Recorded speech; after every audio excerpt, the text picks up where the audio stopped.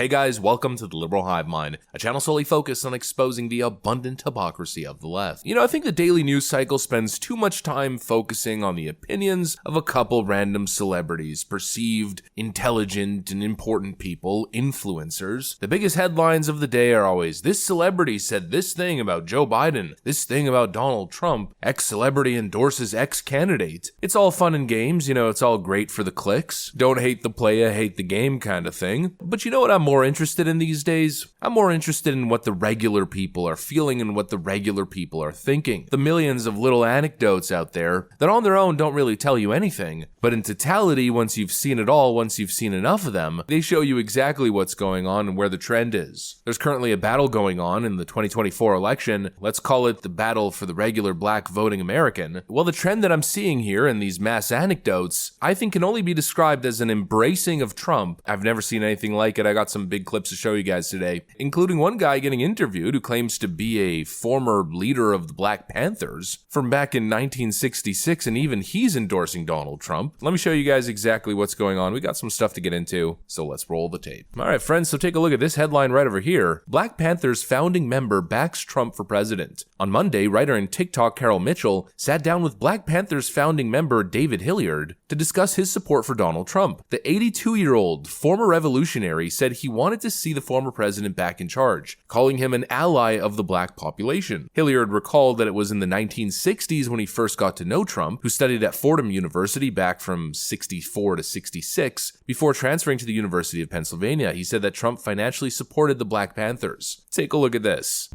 My name is David Hilliard, founding member of the Black Panther Party. I knew Trump when Trump was a college student in New York. Trump is a person who's a decent man. Trump's a friend of African Americans, and I knew Trump from the 1960s in New York, where he comes from, and he's a friend to African Americans. And now when you say a friend to African American, what do you mean by friend? I mean he's not a racist. He's not a racist, fascist white man. He supported black people. So, in your opinion, Trump has always been, now that he has these 34 counts of being a felon, Trump has always been part of the black community, or familiarized at least with the black community. That's exactly right.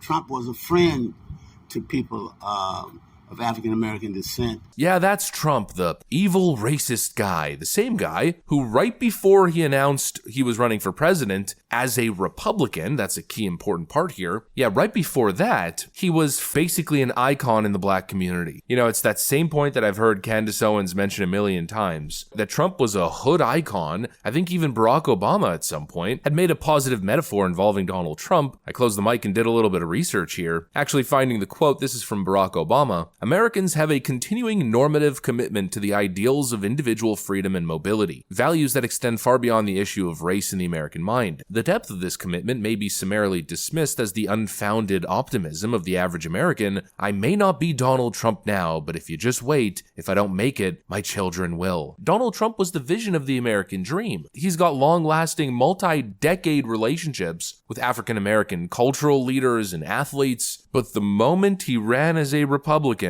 all of that has to be completely disregarded. Blah, blah, blah, the Central Park Five, what he said about the southern border, he hates black people, he's a racist, all of a sudden. Give me a break. It's all just noise to me. I'm always making a similar point in my Donald Trump's Not So Bad series, where I show nice clips of him being a good human being with a heart. The media tells you he's horrible, he's vile, he's awful, he's a sociopath, a con artist. He views people as currency, that's what they tell you. But then you see him out in the world interacting with people, and you see that, he just seems like a good dude. It's the same thing here. The media tells you he's an evil, vile racist. He wants to bring back slavery. Every day on the nightly news, Donald Trump, he's coming after your rights. He's trying to strip your rights. But obviously, that couldn't be further from the truth. And there's a whole lot of black people from Donald Trump's past who are willing to tell it like it is, tell the truth, that he's not what the media portrays him to be. That's my perspective, at least. But it seems as though something has happened, and all of a sudden, black people more than ever before feel more culturally comfortable to state openly that they stand with Trump, that they're voting Republican. All of a sudden feeling a whole lot more comfortable to question question popular narratives, and in some cases, culturally enforced narratives, like you must support Joe Biden, you must be a Democrat if you're of a certain skin complexion, or you must be a BLM-style activist, you must join the left-wing socialist cult if you wish to remain to be black. The left can praise George Floyd, a 9-time convicted criminal, and build a statue in his name, then I can vote for Donald Trump, the convicted felon.